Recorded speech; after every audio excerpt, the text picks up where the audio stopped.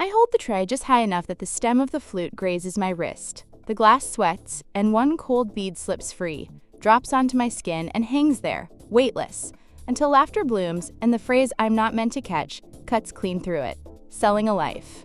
The yacht eases under my feet. The drop slides. I don't. I let the moment pin me like a hair caught in a clasp, breathing through my teeth so the breath won't show. And I move when the room forgets me. Heat clings to the brass rail. Sunset is still burning in the metal, but the wind brings salt and that faint metallic aftertaste of money. I thread between elbows and sequins, my tray a planet with its own small gravity. He's 2 tables in, profile to me, the kind of stillness that edits the room around it. I approach from his left so I can keep him twice. Once in the dark window, once in the flesh. His reflection is softer, eyes blurred. The real gaze clicks into focus when the flute kisses the table. Soft. Exact. I pour. The sound is a thin bell inside the noise. A misplayed note in the speakers lands a fraction late. 1 beat, heads flick, then smooth. He lifts his eyes on that mistake and holds me there, not long, just long enough to measure. My wrist remembers the cold bead, as if it never fell. And a woman's bracelet slides against my bare arm as I turn. The cool metal is a stripe of winter. The ice bucket at the bar pops, one cube shearing under the weight of another, and in the convex steel I catch a warped me, shoulder square, chin neutral, mask set to service. I pivot, framing a shallow rack focus in my head, my fingers right pointing arrow his glass, right pointing arrow his mouth. The world obliges. When I return, his hand is resting on the arm of the chair, lazy, possessive, the cufflink, a dark stone with trapped light. He doesn't look at me when my shadow crosses his shoes. I set a fresh flute, pour just to the kiss of the rim, withdraw the bottle. His fingertips brush the stem I touched. Transfer accomplished, invisible. The air lowers a degree, goose flesh ripples under silk I can't fix. A gust snakes under the hem of my dress, cool up the back of my knees. He notices not vulgarly, more like a camera tilt, acknowledging a shift in light. Somewhere a fork taps glass. Too hard, the ring brittle and quick. Conversation buckles, then reseals. I am already 3 steps away, and still exactly where I stood. An NTHE color has turned outside. Gold is gone. The sea at the edge of the deck lights is blue-black, textured like skin under cold water. I step into that darker band by the doors and let the exterior air clean my lungs. From here, the party becomes a reflection first. Men plated in warm lacquer, women blooming like small controlled fires, and him, a steadiness the glass can't quite warp. The camera in my head pulls tight to a macro, condensation hanging from one flute's base, about to fall, cut wide, the room inhales. I recross, setting refills where hands expect them without looking. He allows the path to narrow half a step, legs angled so the lane brushes his shoulder. It looks like nothing, but it feels like choreography. My tray edges past the line of his jacket. Linen grazes my skin. The hum in the floor rises through my heels, into my calves, into my throat. I keep the tray level. His glass is almost empty because he hasn't drunk enough to empty it. Absence is a choice. I make the room a sequence. Chrome right pointing arrow wrist, right pointing arrow horizon seam, left by a distant boat slicing the last light. His cufflink right pointing arrow, the pale gold in a flute wobbling and correcting with the yacht. My pulse sinking and refusing. At the bar again, I tilt the next bottle against my inner wrist and hold it there until the cold bites. The bite grants me back my hands. The steel gives me my third eye. In the curve his head turns, not toward me exactly, toward the path I would take if I didn't decide to take another. I don't test whether he follows. I let the decision live only in my breath. When I set the bottle down by his table, the wood answers with a soft click. He doesn't reach. He lets the delay fill. A low cheer lifts from the bow as a cork goes. Too loud for the distance, like a camera flash you feel on your skin. For a half second, all faces angle that way. In the spillback, his gaze returns to me and holds a fraction longer than etiquette purchases. It isn't flirtation, it is inventory. Power kept casual so it can be deniable later. The wind changes and brings the taste of salt straight into my mouth. I swallow, and the swallow sounds loud to me, and I retreat to the threshold. Glass doors breathe on their rails and close me off from the heat, with the slow mercy of a wave drawing back. Their surface keeps everyone from me in a pain. I exist twice. He exists once, perfectly. The sea behind us takes none of it personally. I lift my wrist to see if the chill has left. It hasn't. The drop that fell at the first laugh is gone, but the skin remembers exactly where it was. The phrase sits there too, in the same spot, not words anymore. Just wait. Salt rides the air, dry against my lips. The rail is warm under my palm, but the sea wind slides in under the collar of my dress, threading between my shoulder blades. I move through clusters of sequins and glassware. The light is still liquid gold, bending around each face, softening no one. At the far side, a man in white linen leans back into the shade, laughing with the others. His mouth moves, but I can't hear him over the shimmer of silverware. The sound layers. The low bass from the speakers, the splash of something dropped into a bucket, the hiss of the sea just beyond the deck. The heat gathers behind my knees. The air smells of perfume diluted with salt. I refill flutes without looking down, mapping the tables by muscle memory. He sits with 3 others. The woman beside him wears coral silk, her hand draped over the back of his chair like a claim. Her ring catches the sun and throws a dart of light into my eyes. I blink and it lingers, a phantom burn. As I set another glass, a laugh sharpens nearby, too sharp, like crystal under strain. It breaks off mid-breath. I glance in the direction before the sound has finished dying. A waiter bends to retrieve a fork from the deck. The motion is clean, efficient, invisible. NHI's gaze meets mine over the rim of his glass. He doesn't drink. He lets the stem rest against his lower lip, weight balanced, fingers still. The woman at his side shifts her shoulder, but he doesn't turn. My tray dips almost imperceptibly. I adjust. The gust comes strong enough to lift the edge of the tablecloth beside me. The napkin folds flap, one corner dipping into the base of a glass. Water stains the linen in a slow bloom. My eyes follow it longer than I should. Someone calls for champagne at the bow. I pivot, moving through a narrow lane between 2 men. One of them steps just enough to make my hip brush his. A microsecond of skin through fabric, gone before my body registers. The tray stays level. And back. At the bar, I pass the bottle to another server, fingers brushing in transfer. My gaze drifts back. He's speaking now, but his voice doesn't reach me. Only the visual. A hand gesture, palm up. A slow smile that doesn't alter the eyes. The slight lean forward that says the air between them is private property. In the reflection of the steel counter, I see the party as a wide shot. Color, light, movement. He is the still point. My own face floats at the edge of the frame, slightly bent, mouth closed. The ice machine clicks. That sound will stay under my skin for the next minute. And I take a fresh bottle, condensation slick against my palm. The cork is already loosened. As I step back into the flow, the music shifts. Bass drops out, replaced by a thinner, higher thread of strings. It makes the space feel taller, emptier. Eyes glance up, unsure what has changed. I keep moving.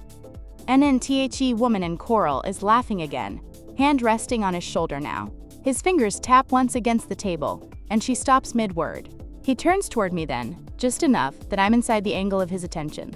When I set the flute down, my thumb grazes the stem. Not enough to notice, unless you mean to. The sun has thinned into that lake glow where gold edges turn to brass. Shadows grow longer, reaching over the deck like fingers.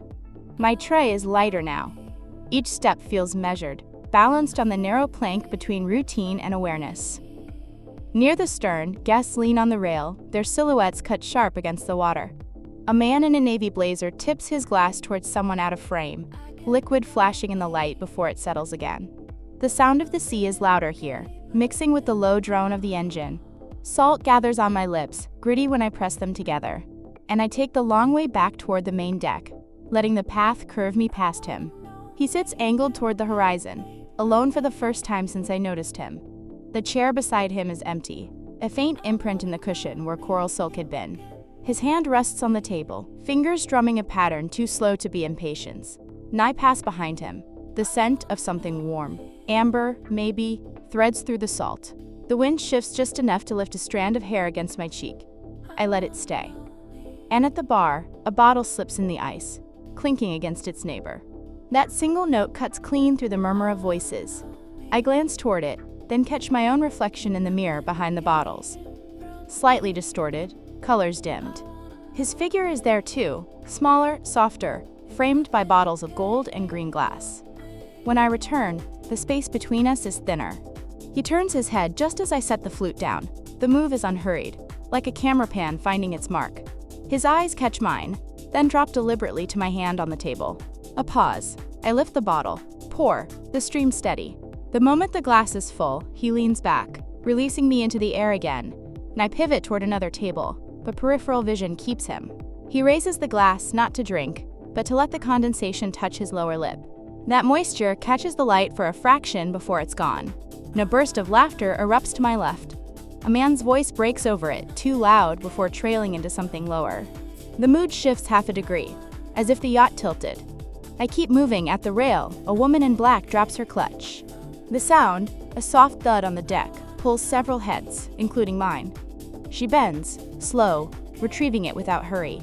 The camera in my mind switches back to him. Still there. Still watching the horizon, as if it owes him something. And I circle back toward the bar. The ice bucket pops again, water spilling over the edge. A droplet slides across the steel, tracing a line toward my hand. I touch it without thinking. The cold shocks me more than it should. Crossing the deck, I let my steps slow, the air thick with that late sunset heaviness. He is speaking to someone now.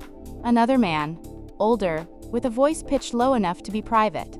Their eyes don't wander. The bottle in my hand is suddenly heavier, and I stop at the edge of their table. The older man glances at me, brief and dismissive. The other doesn't. I pour, set the flute, and step back.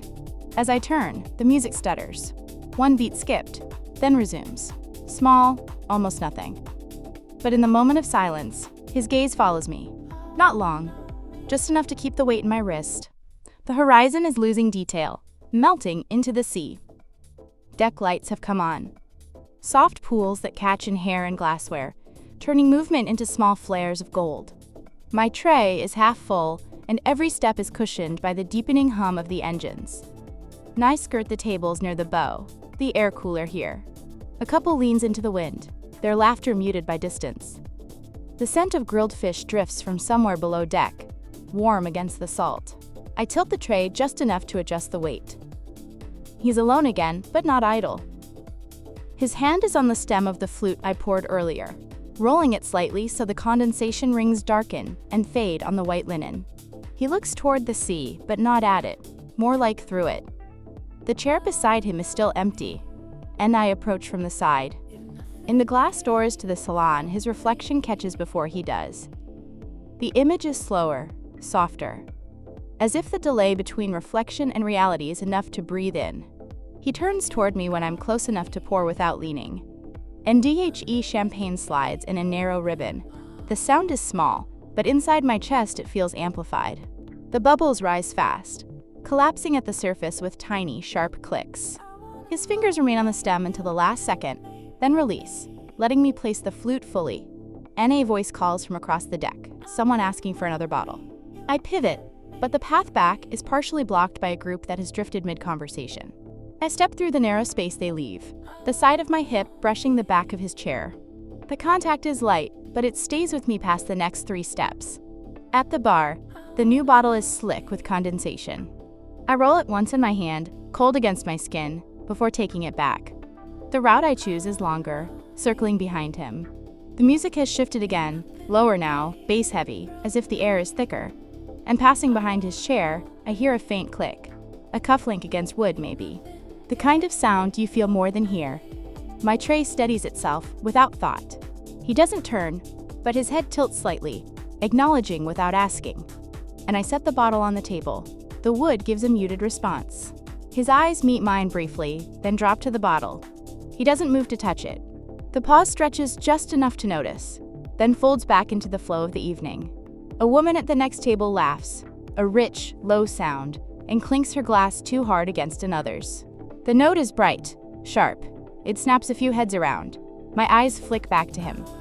He's still watching the bottle, as if waiting for it to do something on its own. And I step away. The sea wind catches the hem of my dress again, lifting it against my legs. The sensation pulls me back to the first drop of water on my wrist, to the weight it carried. In the reflection of the deck lights on the glass doors, I see him watching, not directly at me, but at the path I take. The image is faint, like a thought I might have imagined. But it stays. The night has settled in layers. Warm light close to the deck, deep blue beyond the rails, and a black that swallows the horizon. The air is heavier now, scented with salt and the faint sweetness of wine left in glasses too long. And I move slower, not from fatigue, but because the space itself has thickened. Conversations have dropped in volume, becoming clusters of murmurs. A single laugh drifts from the stern, bright against the hush. NNHE is no longer seated. I find him at the rail, one hand resting on the polished wood, the other holding a glass by its base. The liquid inside barely moves, the surface almost flat despite the engine's vibration. His jacket is unbuttoned, the cufflink catching light in slow intervals as he shifts when I approach from his blind side. The bottle in my hand is cool enough to leave my skin damp where I hold it. I pause half a step behind him, the angle giving me both his profile and the endless dark of the water beyond. NNHE doesn't turn, but he speaks to someone just out of frame, low even. The voice of the other man is rougher, shorter. They exchange something too brief to be a story, too weightless to be business. Yet the way his fingers tighten on the rail makes it feel heavier. Then I step closer, close enough that the cold from the bottle could touch his arm if I lowered it. Instead, I tilt it just enough to let the glass catch the light, a thin, sharp reflection. His eyes shift, tracking the movement without moving his head. NNTHE pour is slower this time. The sound of it seems louder in the open air. The bubbles rise and break. The scent of the champagne catches in the wind and folds back toward me. Behind us, a sudden metallic clatter, silverware against deck, makes several guests glance over their shoulders. He doesn't. His gaze stays on the water, but the glass in his hand moves, tilting so the surface trembles before it stills again. Now I step back, the decklight haloing his profile for a moment before shadow takes it. My path carries me toward the bar, but in the glass of the salon doors, I see him turn, not to follow, but to confirm. At the bar, I set the bottle down. The wood under it gives a hollow note, low and final. I dry my hand on the towel, but the dampness lingers in the skin. Now I return to the deck. He is gone from the rail. My eyes scan the tables. He's seated again, the same spot, as if the absence had been a cut between shots. The woman in coral is back beside him, leaning close enough that her hair brushes his shoulder, and I pass by, setting a fresh flute in front of him. His fingers meet the stem where mine left it. Transfer complete, again. And as I step away, the wind shifts, carrying the sound of water against hull, steady, unchanging. The lights blur slightly at the edge of my vision. NNTHE drop from earlier is gone. But the skin remembers, and so does he.